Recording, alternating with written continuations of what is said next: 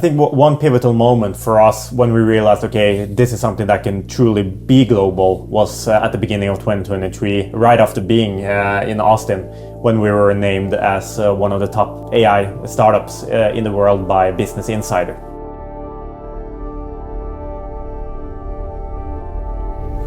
The first idea for Masterchannel came to me when I was working as a freelance mastering engineer. I had plenty of clients and the list of clients kept piling up. And at some point I realized that since I was just one person, the workflow I had was no longer sustainable. So I started developing the prototype of our Masterchannel technology. And after I developed the prototype, Christian was one of the people who approached me and wanted me to master their music. But because I was already fully booked for all of my time, I referred him to the prototype website that I had built. And that's how we got to know each other, because shortly after, Christian started pitching different business ideas to me and eventually convinced me that that technical prototype should actually be the future of my mastering business and not me as a one-man show.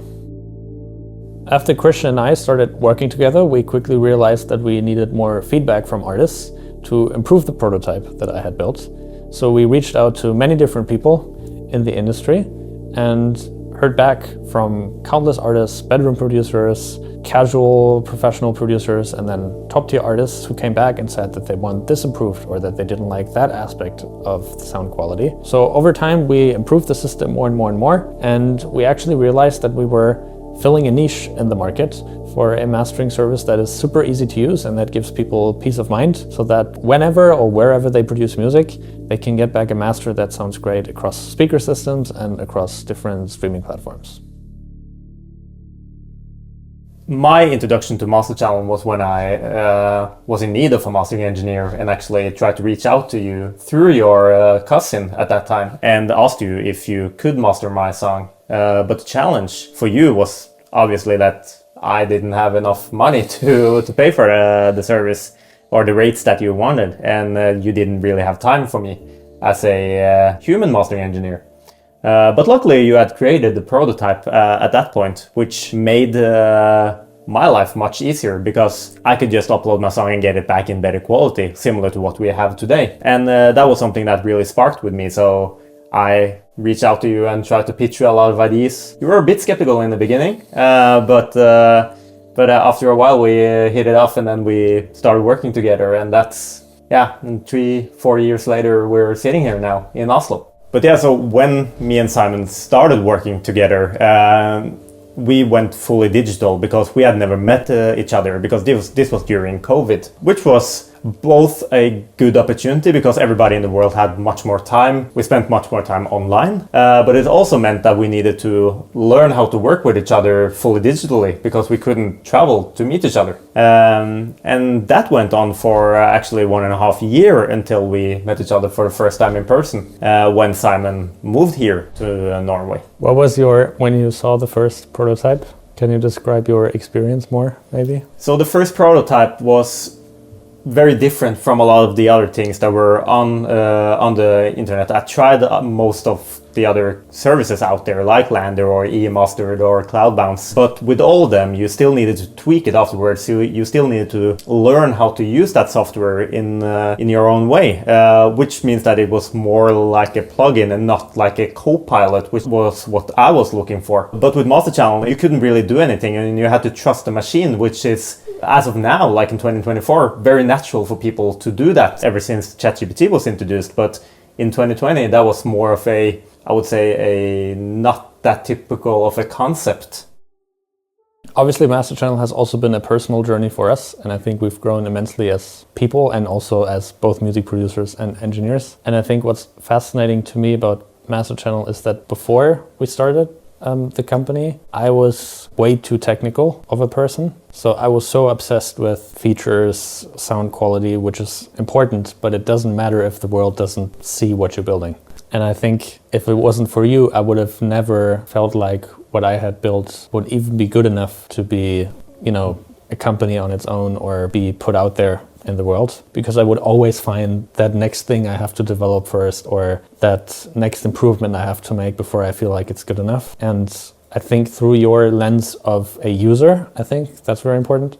priorities suddenly started to change, and we started realizing, okay, actually this product only makes sense if it makes sense for the end user, and then you work backwards instead of me always only thinking about the engineering side of things. Because that's how I built the prototype, that it works for me as an engineer. But if you turn it into a platform, it has to work for the end user. And I think going through the whole process of trying to come up with a business plan, going from a prototype to something that's actually a product, I think that taught me a lot about where to spend my time or where I should put my efforts. Yeah, and that was very important for us in the beginning to actually try to get people to use it for us to receive feedback. So when we had like the first prototype, we reached out to a lot of our contacts, but also people that we didn't know to get feedback. And when it comes to like the more major artists, we thought that those were the main customers for Masterchannel, but over time we realized that the major artists, or the ones that are very professional, they have their way of working. So for us, it's the long tail that are our main users. But despite this, during this initial process, we reach out to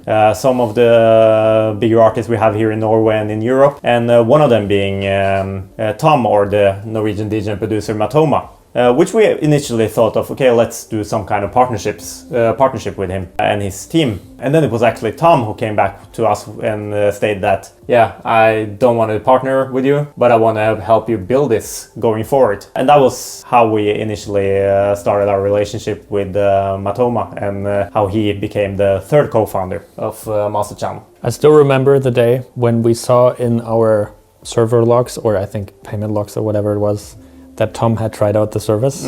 That was interesting because we had just sent emails, or you had sent emails to different people, and most of them, I guess, never responded because, you get a shit ton of emails every day. And then seeing him actually try out the service, that was quite exciting. And then a few days later, his manager came back and said, we need to talk about this because Tom is very interested. Yeah. And one of the reasons why Tom was interested was that he saw the same as we did, with especially me coming from a producer side, that you struggle with getting good enough sound when you are at this beginner or intermediate stage, where you should focus on getting enough songs out there and distribute enough songs, and not focus all your time on these tiny technical details, which is what Masterchannel really solves for artists from all around the world as of now.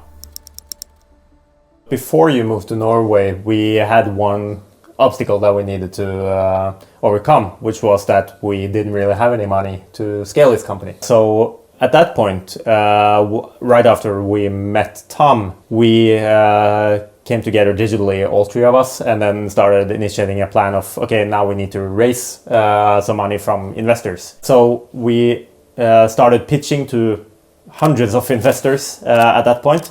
And what really made it possible for us to secure the first money was that we came out in Norwegian newspaper, one of the biggest one called VG here in Norway, with the news that Tom was joining our company, which really made a big difference, because then we created this FOMO effect, that people were really keen on joining as investors. And that was kind of like the start of Masterchannel, which also made it possible for me to quit my job and you to finalize the study and move to Norway fully.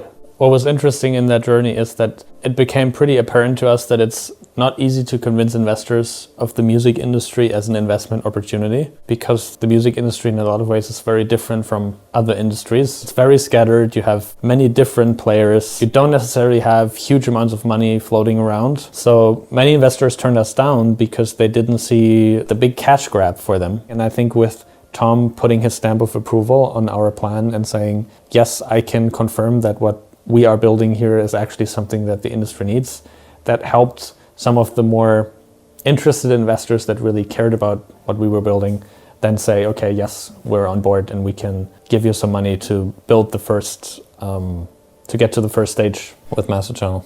Yeah, and especially here in Norway, where most of our or the companies that make a lot of money are either in oil, fish, or aluminium, or property. So it's not that easy to start a music tech company, but we over the years have proven a lot of the doubters that it is actually possible to create a global brand from Norway, which is what we have done and are continuing to do today. But I think until we got there, we had huge learnings in terms of how to actually build an international product. So I remember when I moved here and we hired the first money, the first common consensus was, okay, now you need to hire people to do different jobs for you. So we thought we needed someone who does marketing. We thought we needed someone who helps us developing things. So we started spending all that money on hiring people without actually knowing what we were doing. So we were lacking direction. And I think we were also kind of trapped in the Norwegian bubble. We didn't really think that international yet. So the first year just kind of went by with me and David at the time developing features that nobody actually wanted, that we just thought were useful. And then also the same on the marketing side, you could say. Yeah. We just tried different campaigns without actually knowing what people were interested in. That money actually went kind of out the window without any return or any significant uptick. At the end of 2022, we were 15 days away from going bankrupt because our strategy has failed quite immensely. But at the same time, we also saw that more companies reached out to us due to them wanting or at least have some interest in using our technology on their own platforms, which is why we, at the end of 2022, kind of changed strategy a bit by opening up our APIs and then focusing more on integrations rather than only building our own platform. And this made a lot of sense long term, because we as a Norwegian company with limited resources, it's going to be very hard for us to build our own platform and make that our bread and butter. But by leveraging and working with other bigger international companies, we have managed to scale the company to the size we are today. And this is also one of the key strategies behind our future growth as well. But I really think like one of the key things when we entered 2023, after almost being bankrupt at the end of 2022, what changed our mindset was our first trip international when we went to the conference South by Southwest in Austin in March 2023. I think that gave us a lot of inspiration for where the benchmark is in terms of what company you can build in the audio tech sector. It gave me new inspiration for how to develop things on a technological level. And I think, just the benchmark, the comparison to the international market really made us realize we have to push harder, we have to focus on the right things in order to compete. And so when we came back, we had tons of ideas, we laid out a plan, and that was the beginning of us really understanding what you as a user might want from Masterchannel, how you develop things in a streamlined way to get to that point that you actually build something that the user wants. And ever since, we've tried to stay as international as possible. We have traveled more and more often. We have met important people that can open us other doors in the industry and promote Masterchannel in their circles. And that was the beginning, you could say, of the success of Masterchannel, because suddenly this was no longer a Norwegian basement startup, but it was actually a brand that appealed to many more people because for the first time they heard about us. And I also think one of the key things that we learned from that trip was we have to do things on our own, in our own way. Because we met a lot of companies and we have met a lot of other startups that are more keen on the social part, going to conferences, which is totally fine. But for us, it's been more about creating network, because we know that, okay, we are in the US for 5 days, and then we're going back to Norway where there are almost none that work in the same industry as ours. When we are abroad, we need to make the most out of our time as possible, which is something that we have done continuously after. Both when I traveled to Ibiza for a conference after South by Southwest, and when you went to Nashville for the Music Biz conference in 2023. And what was also interesting with the Austin trip is that the trip to South by Southwest actually laid the foundation for spatial AI. Because at the time we only had our normal mastering solution, but everybody was talking about Dolby Atmos and spatial audio. And we realized that there was really no tech player except for Dolby themselves who could provide easy solutions for the industry to work with that new format. So actually during South by Southwest, that idea was born that we could build something like that. And in the hotel room, I did some technical research on, okay, how can we actually implement something like this? And the next morning we decided, okay, this is something we can do. Let's start talking to people and trying to find out if they're interested in a solution that can help them with Dolby Atmos. So when we came back, we knew that people were interested. We had a lot of people that wanted to do business with us, and then we actually had to develop that feature. But that was so interesting of an experience for us, because it was not us thinking by ourselves what we could offer, but actually going out into the world first, the world telling us what to do, and then coming back and developing something that the world wants. So we can look at 2023 in the first half and the second half. In the first half, for us at Masterchannel, it was a lot about learning and having focus and building tech that we could actually monetize on. In the second half, that was when we really started to scale, because we saw the first big integrations going live. And the first big integration was Amuse, which you had been working with for, I think, like 2 months with their team. Yeah, so the first integration was actually an interesting story for us, because again, thinking by ourselves, we thought, what if we just open our APIs, so a programming level interface, to other people in the industry, so that their developers could connect to our servers and then request a master or request some spatial audio stuff. But then when we started talking to Amuse as our first partner, we realized everybody's very limited in terms of their development resources. So they appreciate the possibility to connect to our technology, but they don't have the resources to actually do it. So all those conversations stalled over time because they just couldn't prioritize an integration. And so after one of those discussions, we just had the thought of, why don't we just develop the whole user experience for those companies as well, and just give them something that's super easy to integrate so they don't have to do any development work.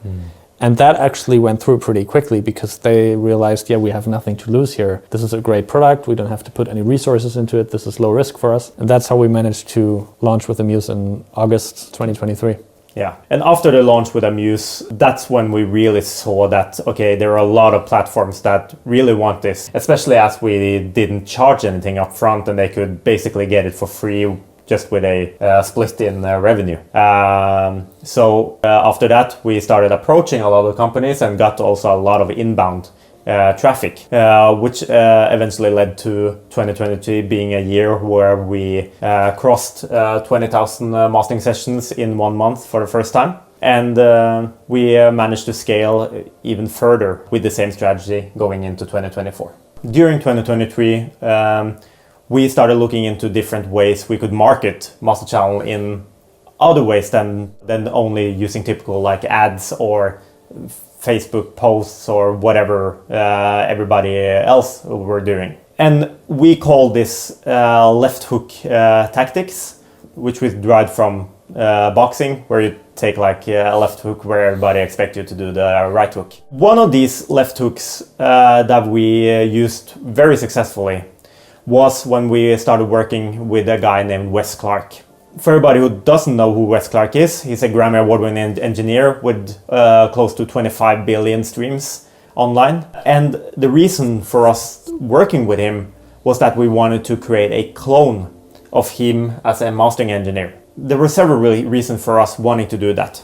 One of the reasons were that voice cloning were a big hype at the moment. The second thing was that none of on the long tail would be able to work with Wez Clarke as a person. So we knew that with our technology, we could actually clone his style and technique so everybody could have access to a Grammy award-winning engineer. And this conversation started in this conversation started in June 2023, and then we launched the Wez Clarke AI in December 2023. What's also very special about Wez Clarke AI is that none of our competitors had done anything like that.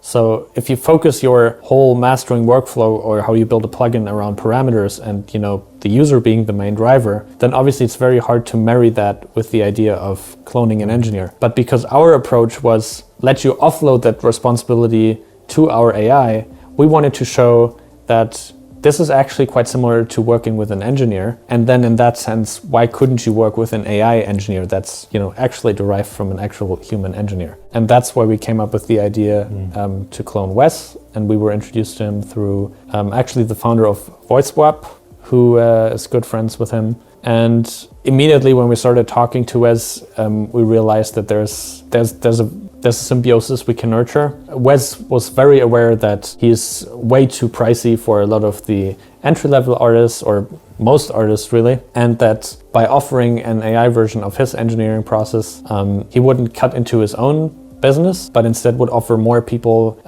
an idea of what it sounds like to work with an engineer like him. And so I remember we had a few very long conversations, and we visited him as well to find out how does he actually work with music, how does he make sure that he meets certain quality standards, and all that input went into what's now called Wez Clarke AI. I think one important aspect with Wez Clarke was also the revenue model, that we didn't just steal his sound or his ideas and then we set on all the money, but he actually earns a significant share of all the revenue that is generated through that service. And that was also important for us to show that we're not trying to be an alternative to the traditional industry. We just want to be the natural next step for the industry in a technological sense. And that was very well received, and that also helped us, I think, gain a little bit more trust from traditional players who previously always thought of us as like another AI startup that are going to go bankrupt very soon, or that do something that nobody actually wants.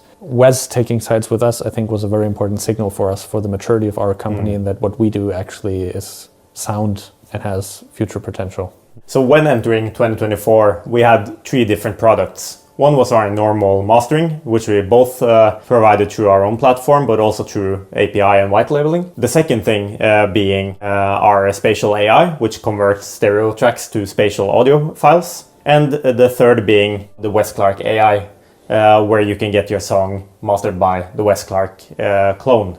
So in 2024, our main focus was now we just need to sell all of these things.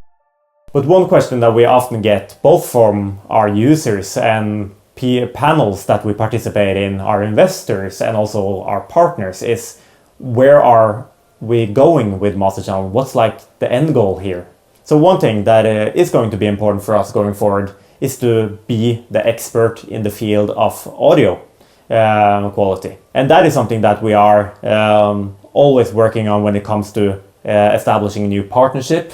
But it's also important for us to provide educational material so artists and our partners can improve their overall knowledge when it comes to how to get proper audio quality on every track they either create or distribute. And on the technological side, what we want to prove is that it's possible to trust an AI with these decisions that influence sound quality, and that the technology is distributed to as many people as possible, so that everyone, no matter where they come from, where they work, how they work, or what they work with, can have access to the technology and improve their sound. On the technological side, what's important for us is that we build something that anyone can have access to. That's why we integrate with our partners. That's why we keep improving the system, because we want to prove that it is actually possible to build an AI that can help you with your sound quality and that can make important decisions for you. And our vision is that, similar to how our phones revolutionized how we take pictures, that it's something we don't even think about anymore in technical terms. We just take a picture whenever we feel like we have to take a picture. We want that same thing to be true whenever you produce music or when you do other recordings, that you just focus on the content and what you want to capture, and not so much about all the technical details that a machine can take over. Because I think in the end, that will lead to more creativity and more people participating in this whole space. This is going to be more and more important, as over 200 million people are going to be creating music in some kind of form by 2030. So if we manage to continue building our network of different integrations and also improving our tech, Masterchannel can be the standard audio provider in a couple of years. What is really cool when you develop such a technology and you want it to be the best technology in the world is that actually many people are very keen on helping you and joining you along the way. And because of this, we've met countless people who built other companies, who've had great success in the music business, and who are eager to help us with their feedback and their ideas to contribute to whatever Masterchannel is going to be in the future. So I remember one cool story was when I was invited to Stargate's studio in Venice Beach in California, because they were interested in what we were building and how they could help us with their feedback and their ideas. And of course, at first I was starstruck because they're the producers behind Rihanna, Sam Smith, and many other huge artists. And when I visited them, I actually realized they also just worked with what they had and built their career step by step. And at the end of the day, we're also just music producers like Christian or any other producer, trying to just create music that connects with people and then using the latest technology to make it even better. And I think we've encountered this a lot of times, that you have this anticipation that the next obstacle in the way is impossible to climb, or that it's important to talk to an important person that you need to get something done. But at the end of the day, if you stay true to your mission, and if you really believe in what you're doing, and if you show the world that you are not giving up, a lot of people will actually support you on the way and are eager to help. And one of the key things that I realized within the music industry is that how small the music tech industry actually is. Me coming from a producer background, I used a lot of these distribution platforms earlier on to release my own music. And fast forward a couple of years, I'm sitting and negotiating and working with most of the distribution companies worldwide. So you can get a lot of things done in the music industry if you stay true to what you really want, and you just keep on being focused. Did you have any moments where you felt like giving up or close to giving up? Even though we've been through a really tough time at the end of, even though we went through a really tough time at the end of 2022, I never saw a moment with Masterchannel where it didn't, where it wasn't going to work. And one of the key things is that coming from a business and financial background, which is what I studied back in the days, I always knew that the numbers were positive, meaning even if me and Simon didn't work on this full time, it still generated more money than we actually spent when it comes to the technical cost and those kind of things. So we could always scale down, and then it was just a matter of time how long it would take to get it up and running. And I also saw that both me and you as co-founders, we had this drive, and with our network of supporters, it would be hard to just shut things down because it will always be possible to keep it alive. So I never seen the real end of Masterchannel. What about you? I truly believe in what we're building. I think there's a future where sound is no longer this dark magic, or it is maybe dark magic, but it's behind the scenes and you don't even think of it anymore because it just works. But there were definitely moments when the whole tech stack crashed. I remember the first trip we took to London.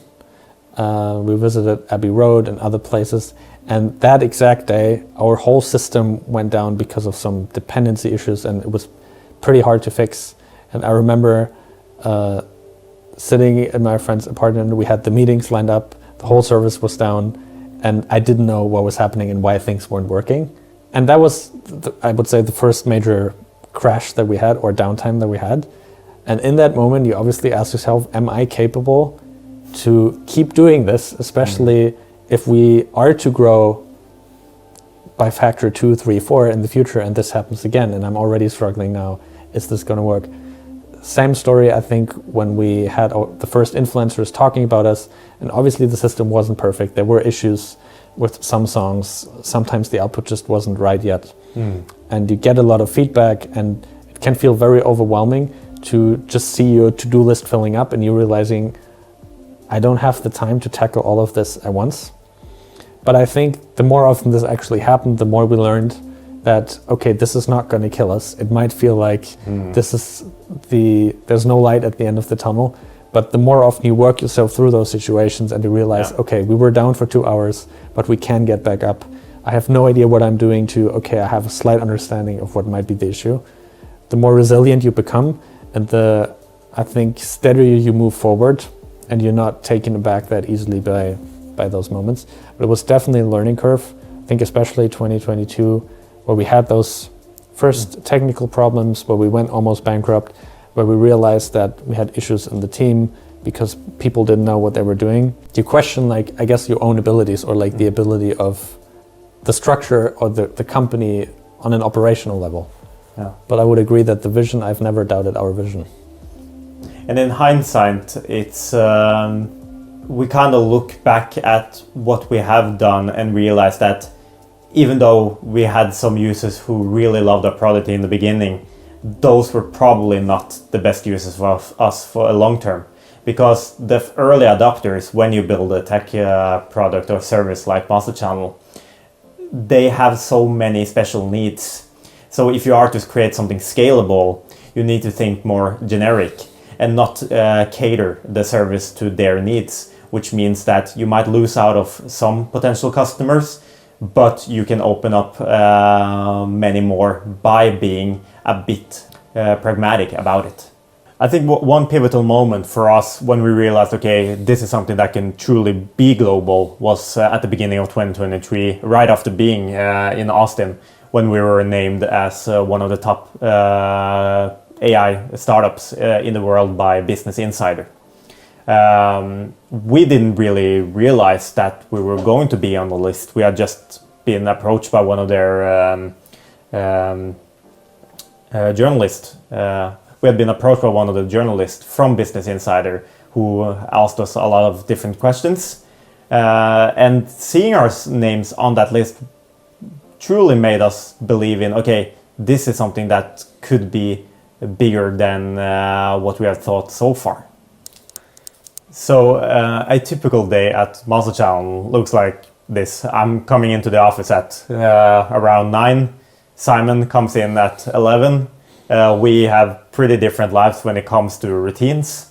I'm more of a morning person, or a person that likes to work 9 to 5 in those kind of situations, which is kind of ironic based on me working in a startup or running a startup, while Simon is more like the typical programmer who comes in late, can stay up late, and loves to be and work in front of his computer.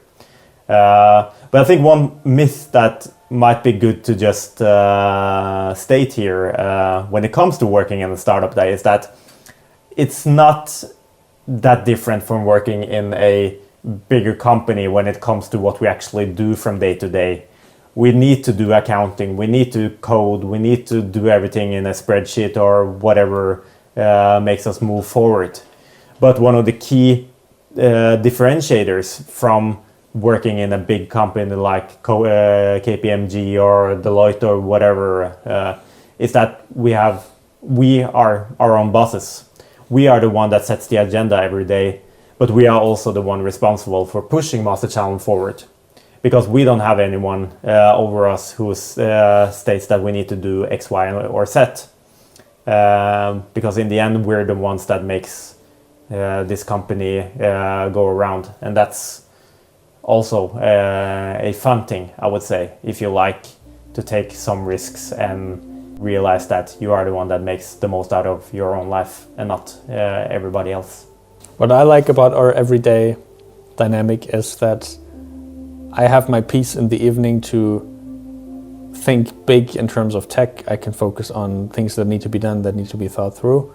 And the few morning hours that Christian has in the morning helps with admin things. So when I come into the office, or when I open Slack and something urgent has happened, or we need something administrative that needs to be done, I know that Christian's eyes have already been on it. And if there is something that's urgent, then he will let everyone know. And vice versa. If I guess I have ideas in the evening, I just share them, and then you can decide when you want to open Slack, and then in the morning give your feedback. So I think it's great that we have this overlap, but then we also have our own safe space where we can work on our own terms and then come back together later. Good.